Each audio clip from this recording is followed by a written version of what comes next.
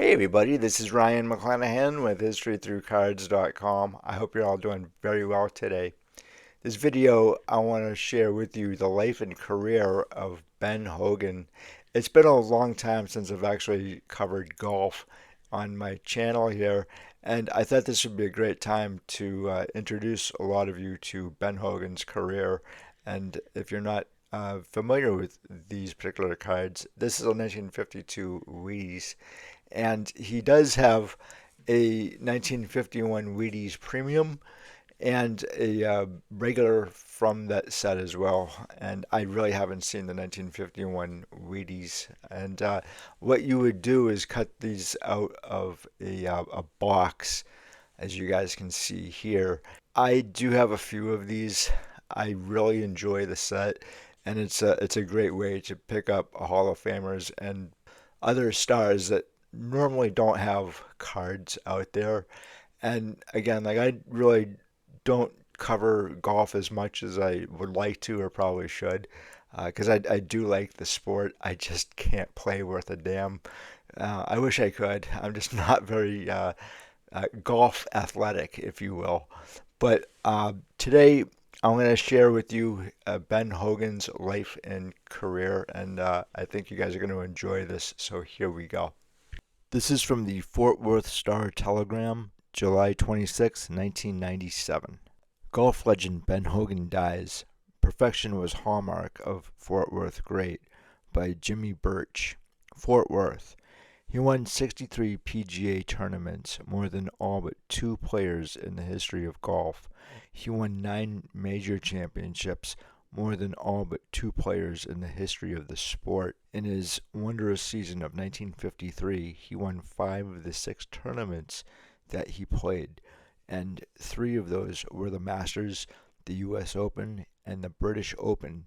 But Fort Worth's Ben Hogan, who died yesterday morning at All Saints Hospital in Fort Worth at 84, cannot and will not be measured by accomplishment and numbers. Mr. Hogan's legacy is the granite face that he rarely allowed to be chipped with a smile, his intimidating presence on the course that earned him the nickname Hawk, and the few words he spoke, creating a mystique about a man who never had a lesson yet had current day pros trying to unlock his secrets. Mr. Hogan was probably the most feared competitor out there ever, said Byron Nelson, a Roanoke resident, boyhood friend, and longtime competitor. They feared Palmer, Tiger, Watson, Nicklaus, but I think there was something about Ben's personality. He wasn't mean, but he was such a fierce competitor, no holds barred. Mr. Hogan suffered in recent years from Alzheimer's disease. He underwent colon cancer surgery 2 years ago. Funeral is tentatively scheduled for 2 p.m. Tuesday at University Christian Church. Greenwood Memorial Park is handling the arrangements.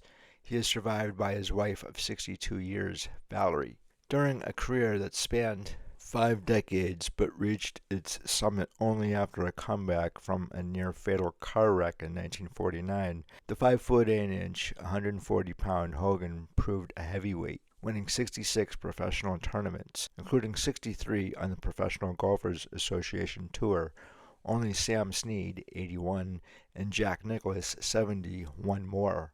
Included were Mr. Hogan's 9 victories in golf's 4 major championships, 4 U.S. Open titles, 2 PGA championships, 2 Masters, and 1 British Open title, to go with the record 5 Colonial victories. Only Nicklaus, 18, and Walter Hagen, 11, won more majors. Golf has lost, in my opinion, the best shot maker the game has ever seen, Nicklaus said in British Columbia, where he was playing in a Pro-Am event. Austin resident Brent Crenshaw, a 2-time Masters and 2-time Colonial champion, spoke yesterday of the respect that many current PGA players held for Hogan. For as long as the game is played, the name Ben Hogan will always have a unique fascination for all true golfers, as well as commanding the deepest respect, Crenshaw said. He was relentless in his pursuit of perfection. Ben Hogan defined the inner will that lives within us. The Hawk's shadow will be felt upon the game forever. Mr. Hogan's crowning achievement came at the 1950 U.S. Open when he won in storybook fashion at Marion Golf Club in Ardmore, Pennsylvania, just 16 months after being told by doctors that he would never walk again because of injuries sustained in a February 2nd, 1949 automobile accident. On that February morning, Mr. Hogan's Cadillac collided head-on with a Greyhound bus on US 80 just outside Van Horn, Texas. He suffered a crushed pelvis, fractured left leg, crushed shoulder, and broken ankle, and probably saved his life by throwing himself across his wife's lap. She escaped unharmed. Mr. Hogan was not released from the El Paso hospital that treated him until April 1st. Yet barely more than 14 months later, at age 37, he defeated Lloyd Mangrum and George Fazio in an 18-hole playoff to win the 1950 Open Championship. Mr. Hogan's comeback inspired the 1951 biographical movie Follow the Sun, which starred Glenn Ford as the Fort Worth golfer. Almost half a century later, the tale of Mr. Hogan's comeback still served as inspiration to PGA Tour players. Steve Jones, the 1996 U.S. Open champion, credited lessons learned from reading about Mr. Hogan's courage and work ethic while helping him win his Open title at Oakland Hills Country Club in Bloomingfield Hills, Michigan. Ben Hogan personified golf for many of us, said PGA Tour Commissioner Tim Finchem. The Hogan mystique became part of the allure of golf. In addition to his phenomenal ability, he will be remembered for his tremendous courage and the way in which he went about his business. This sport may never see another like him. Mr. Hogan, who went on to found and operate the Ben Hogan Company, a golf club manufacturer based in Fort Worth from 1954 to 1993, competed in professional golf events on the PGA Tour from 1932 to 1970. He finished among the top 10 in individual tournaments 242 times during that stretch. Many fans, as well as Mr. Hogan himself, considered his victory in the 1942 Hail America National Open, a wartime substitute for the U.S. Open, to be his 10th major and his unrecognized 5th U.S. Open championship. Mr. Hogan shares the record of 4 U.S. Open titles with Willie Anderson, Bobby Jones, and Jack Nicklaus. His dawn to dusk practice schedule produced a swing that was the envy of peers and earned Mr. Hogan a reputation as arguably the finest ball striker the game has known.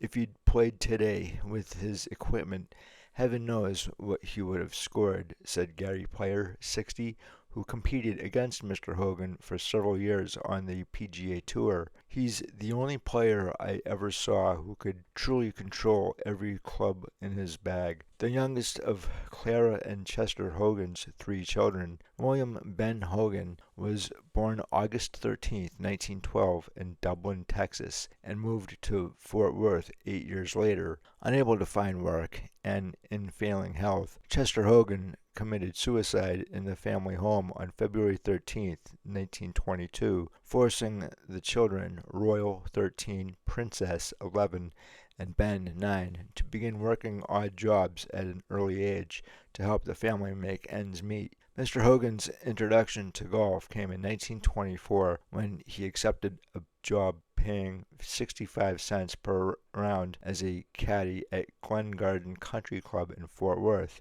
Then 11, he was one of the youngest caddies at the club and began playing the game in his spare time. A natural left-hander, Mr. Hogan learned to play right-handed because no left-handed clubs were available. Over the years, Mr. Hogan's steely glare and silence on the golf course, he rarely talked to opponents during competition, earned him the reputation as stoic and aloof. But that was not the complete picture of the man, said Valerie Hogan, who married him on April 14, 1935.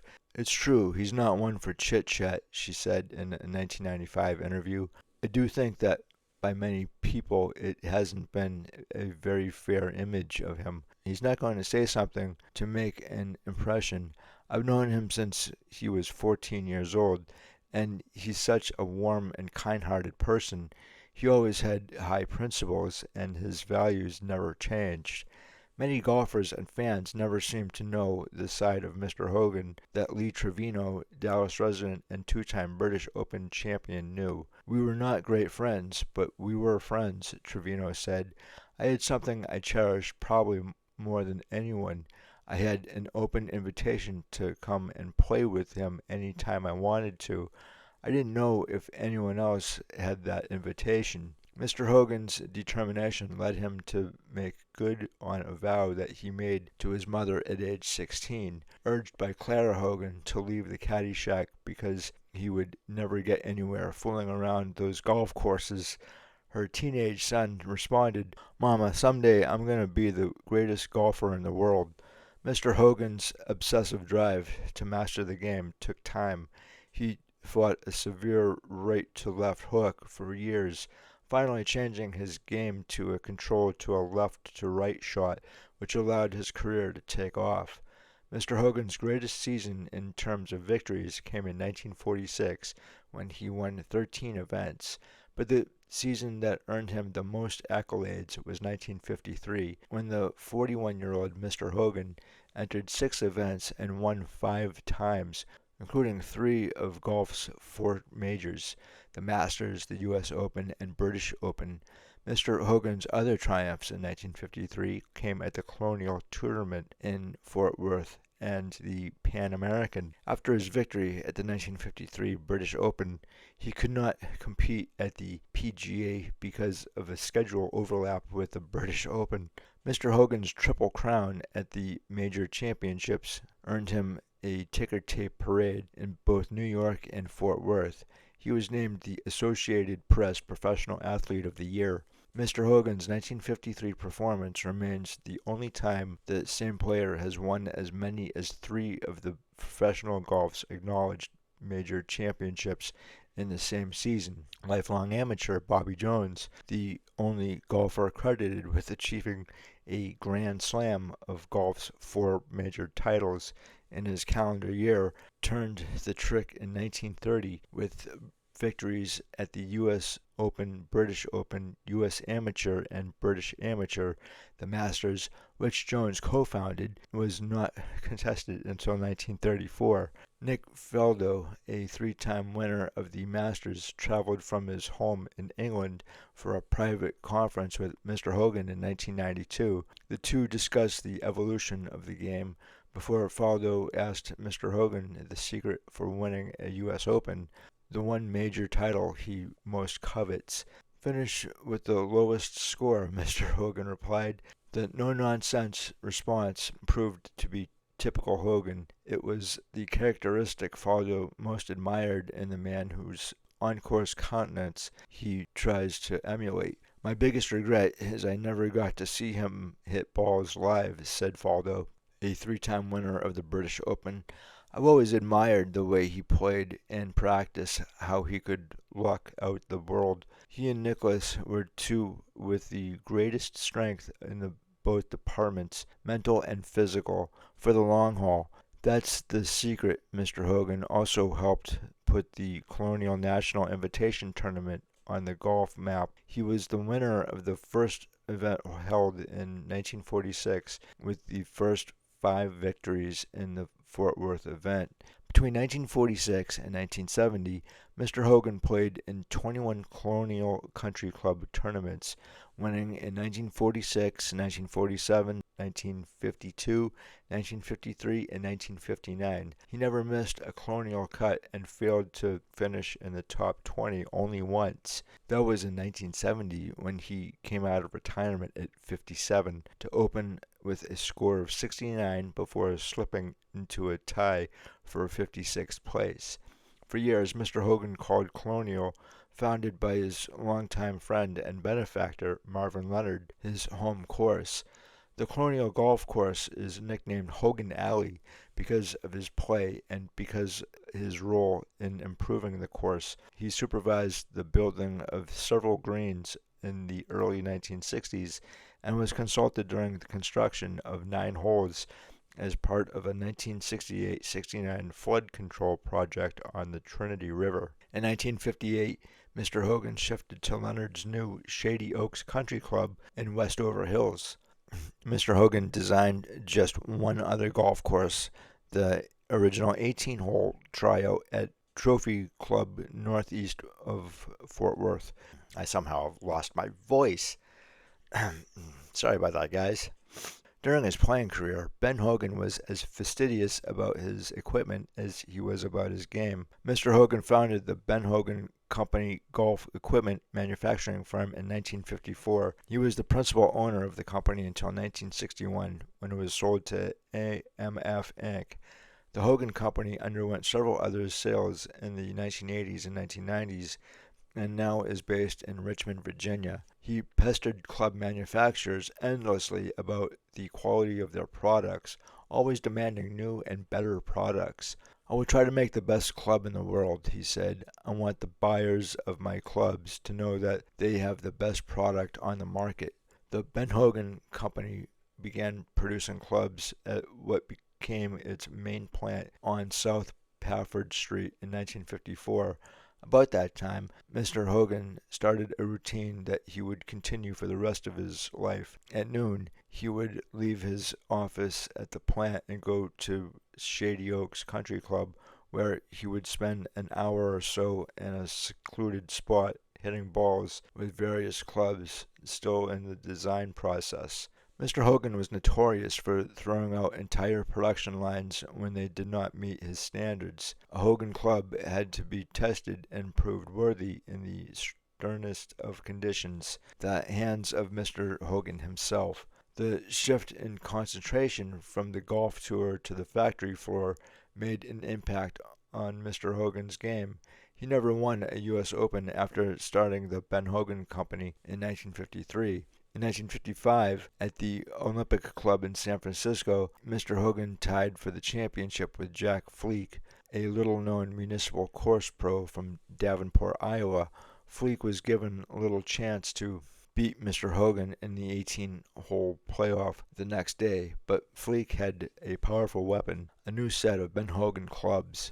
He used those clubs to deny Mr. Hogan his unprecedented fifth U.S. Open championship. During the latter half of the 1950s, Mr. Hogan's company mastered the intricacies of making clubs good enough for Mr. Hogan. The Ben Hogan Company settled into the top echelon of the club market. The more expensive, good players market of equipment sold exclusively in golf professional shops because they were less forgiving, were made for the lower handicapper who could hit the ball squarely with almost every swing. By sticking with golf pro shops, Mr. Hogan eschewed head-to-head competition in department stores and general sporting goods shops with mass producers such as Spalding and Wilson. The good players who patronized pro shops were willing and able to pay the higher prices for Hogan clubs. Mr. Hogan, meanwhile, was able to use his name and towering prestige as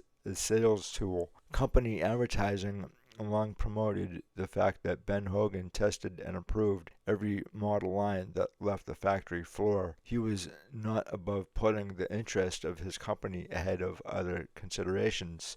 One story held that Gary Player, later a legend, but once a struggling tour player, called Mr. Hogan to ask for advice. Player, at the time, endorsed Dunlop equipment. Mr. Hogan was unmoved by Player's lament of his golfing problems. He replied, "Go and ask Mr. Dunlop for advice." Mr. Hogan cashed out of his initial investment in 1961 when he sold his company to American Machine and Foundry, later known as AMF, of White Plains, New York. As such, the Hogan line joined AMF's sporting goods collection that included Voight, Head, and Brunswick. As part of the deal, Mr. Hogan continued to have approval rights on all models of clubs that were put on the market, he continued to maintain an office at the Pafford Street plant. Under AMF, Ben Hogan Company expanded beyond its seminal club lines into golf balls, bags, umbrellas, and clothing. The AMF marketing and advertising machinery raised the profile of the Hogan Company, but the product line continued to be reserved for golf course and club pro shops. In the course of its expansion, Ben Hogan Company became a major employer in Fort Worth. Most of the 1970s and 1980s, the company employed up to 500 workers at its Pafford Street plant and at a warehouse on Interstate 30 at Montgomery Street west of downtown. In 1988, Mr. Hogan was one of 9 men inducted as charter members into the Fort Worth Chamber of Commerce's Hall of Honor. In his introduction speech, Mr. Hogan said, "I came here from Dublin, Texas, to live as an 8-year-old and have enjoyed every minute I've lived in Fort Worth. I will live here the rest of my life, peacefully, quietly, and pleasantly." Now, I didn't know a whole lot about Ben Hogan before reading that, and I'm very, very curious to know if you guys have ever heard of Ben Hogan. I'm sure a lot of you have. I'm also sure that there's somebody out there who has never heard the name Ben Hogan. And secondly, have you ever played with a Ben Hogan club before? And I'm very curious to know what the difference is between a club that's for pros and one that's for, well, quote unquote amateurs, as Bobby Jones was an amateur for the majority of his career. And it's kind of funny too that the article mentions Byron Nelson. Byron Nelson doesn't have any cards that I'm aware of from his playing career. Ben Hogan has a few. Being such a major star at the time, I would have figured that Nelson would have at least something, and he just doesn't, which is very odd to me. And so, like, we are very kind of lucky too, uh, that there are a few cards of Lloyd Mangrum. He's got a 1948 Kellogg's Pep, and I believe he's also in the 1951 or 52 Wheaties set too. So we do have some of these legends in our sports cards. And so, guys, I'd love to hear what you have to say about Ben Hogan. And if you were ever inspired to be a golfer because of Ben Hogan, let me know. Anything, any story that you might have, I want to hear it. I want to listen to what you guys have to say. And until the next time, I will talk to you later. Have a good one. Bye.